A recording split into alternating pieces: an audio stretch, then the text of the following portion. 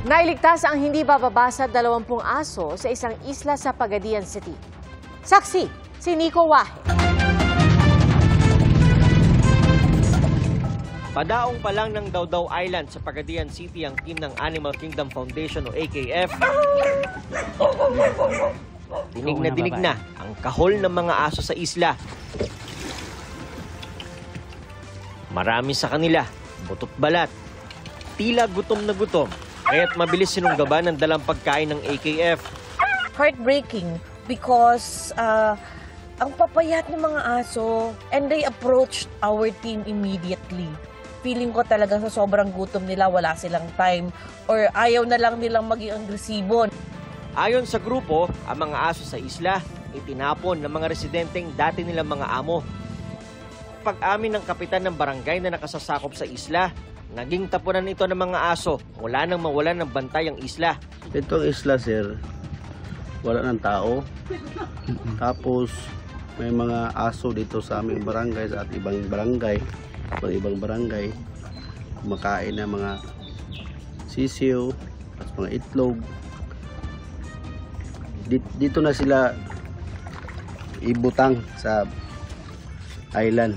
Pero ayon sa lokal na pamahalaan ng Pagadian, walang inire-report sa kanilang barangay. It's a report na pinupuntahan naman ng mga taong bayan na doon naliligo. Normal na may makikita kaming aso. Nasak lang kami na it was tagged as dumping area.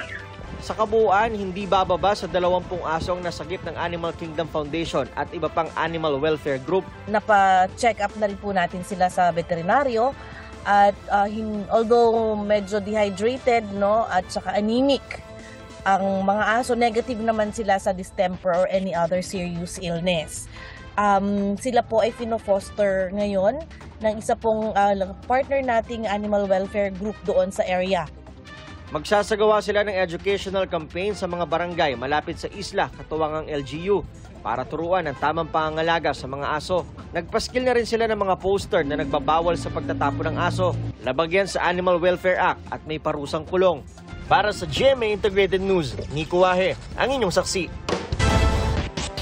Nasalpok ng kotseng sumampa sa kabilang lane ang nakasalubong nitong truck sa Santa Barbara sa Pangasinan. Sa lakas ng impact, bumangga ang truck sa isa pang kotse, saka nahulog sa palayan. Sugatan ang mga driver ng 3 sasakyan, pati na ang pahinante ng truck. Base sa investigasyon ng mga pulis, nakainom umano ang driver ng kotseng ng agaw ng linya.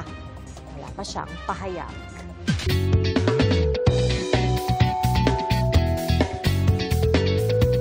May hawak na world record ang bumida sa isang pista sa Laguna.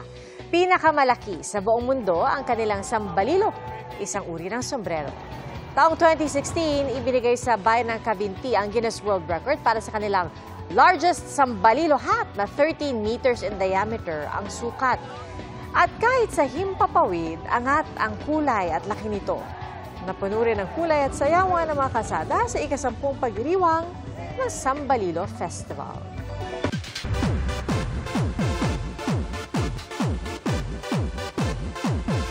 Nag-iinit na ang energy ng fans ng K-pop girl group na ITZY. Ang ilan po sa kanila nasulyapan ang kanilang mga idolos sa MediaCon ngayong gabi. Present ang 4 na miyembro. Hindi kasama si Lia, ang miyembro nakahiatus dahil sa health issues. Pero makakasama na raw siya sa susunod nilang comeback.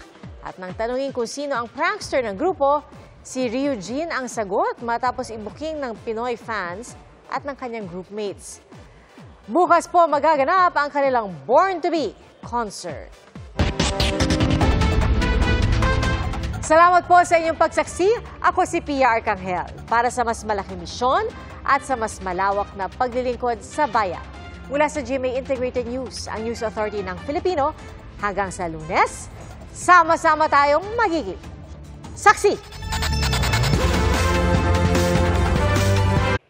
Mga kapuso, sama-sama tayong maging saksi.